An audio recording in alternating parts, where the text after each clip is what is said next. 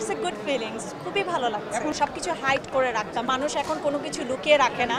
Quality অবশ্যই maintain করা উচিত। আমার হাসি দেখে বুঝতেছেন না, সত্যি বলতে আপনাদেরকে দেখে আমার অনেক অনেক ভালো লাগছে।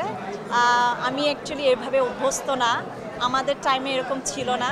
বাসায় যে ইন্টারভিউ দেওয়া হতো এবং অফিসে যে ইন্টারভিউ ম্যাক্সিমাম ফোনেই হতো, বাট সব পত্রিকা, হ্যাঁ, ইভেন টিভি চ্যানেলও খুবই কম ছিল। বাট এরকম একটা মানে সবাই একসাথে আপনার সামনে সবার সাথে কথা বলতে পারছি, it's a connection, right?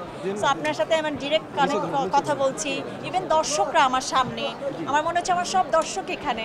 So it's a good feelings, খুবই ভালো লাগছে। অ্যাকচুয়ালি এখন অনেক বেশি ট্রান্সপারেন্ট, সো মানুষ এখন কোনো কিছু লুকিয়ে রাখে না, সবাই খুব বেশি ওপেন। আমরা আগে খুব বেশি ওপেন ছিলাম না, সব কিছু হাইড করে রাখতাম সব কিছুই। সো এখানে হাইড অ্যান্ড সিকের কোনো কিছু নাই।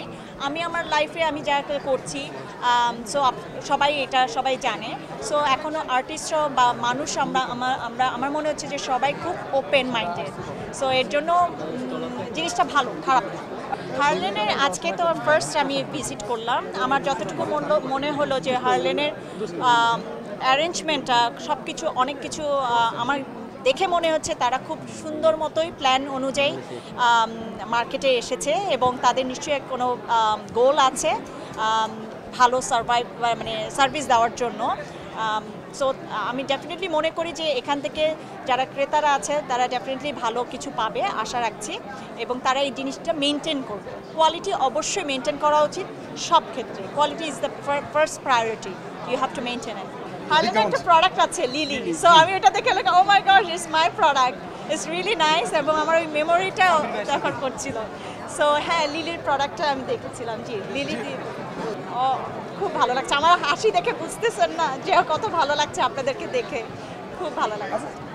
হ্যাঁ, আপনাদের জার্নালিস্টও ওখানে সবসময় থাকে আছে, আপনারা তো দেখেন যে বড় বড় অস্কার পুরস্কারে সব কিছুই তো এরকম তো থাকে। তো এটার কোনো মানে নেই। আমি যে অ্যাবসেন্ট আপনারা মানতে পারছেন না, এটা হচ্ছে সবচেয়ে বড় ব্যাপার। দেখতে হবে আপনারা কীভাবে আমাকে ভালোবাসেন। এবারে আমাকে যেভাবে ট্রিট করবেন তখন আমি ডিসাইড করবো ওকে ফাইন। হ্যাঁ, আমি অ্যাকচুয়ালি অনেকে কম বেশি সবার সাথে কাজ করেছি, মাঝে তাহসান ভাইয়ের সাথে কাজ করা হয়েছিল।